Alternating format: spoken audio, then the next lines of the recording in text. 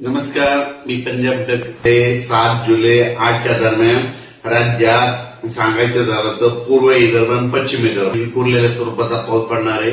भाग बदलत पडणार आहे. म्हणजे सांगायचं झालं तर नागपूर जिल्हा, वर्धा, भंडारा, गोंदिया, चंद्रपूर, यवतमाळ, नांदेड जिल्हा, हिंगोली जिल्हा, वाशिम जिल्हा, परभणी जिल्हा, त्याच्यानंतर बुलढाणा जिल्हा, त्याच्यानंतर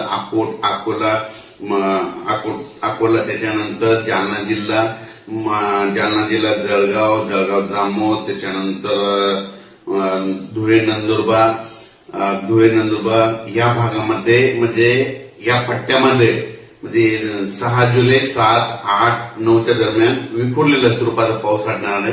पाऊस येणार आहे पण विखुरलेला पडणार आहे. सर्वदूर पडणार नाही. मोठा पाऊस जास्त असणार नाही म्हणून हा अंदाज लक्षात येतं.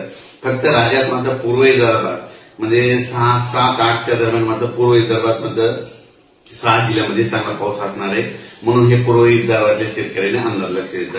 त्याच्यानंतर मराठवाड्यात सांगायचं झालं तर नांदेड जिल्हा, परभणी जिल्हा, हिंगोली, त्याच्यानंतर जालना जिल्हा, लातूर, बीड, धाराशिव या जिल्ह्यामध्ये मात्र असा खूप काही म्हणजे सर्वदूर पाऊस पडणार नाही. भाग बदलत पडणार आहे. जिकडे पडला तिकडेच पडेल.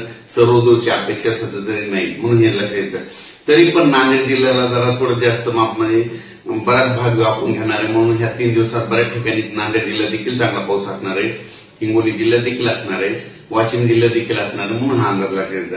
त्याच्यानंतर परभणी जिल्ह्यात देखील बऱ्याच ठिकाणी म्हणजे जवळपास सर्व परभणी जिल्ह्याच्या बऱ्याच जवळपास 70% म्हणजे भागामध्ये चांगला पाऊस पडणार आहे म्हणून परभणी जिल्ह्यासाठी आनंदाची बातमी.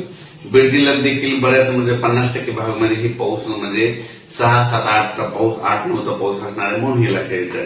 त्याच्यानंतर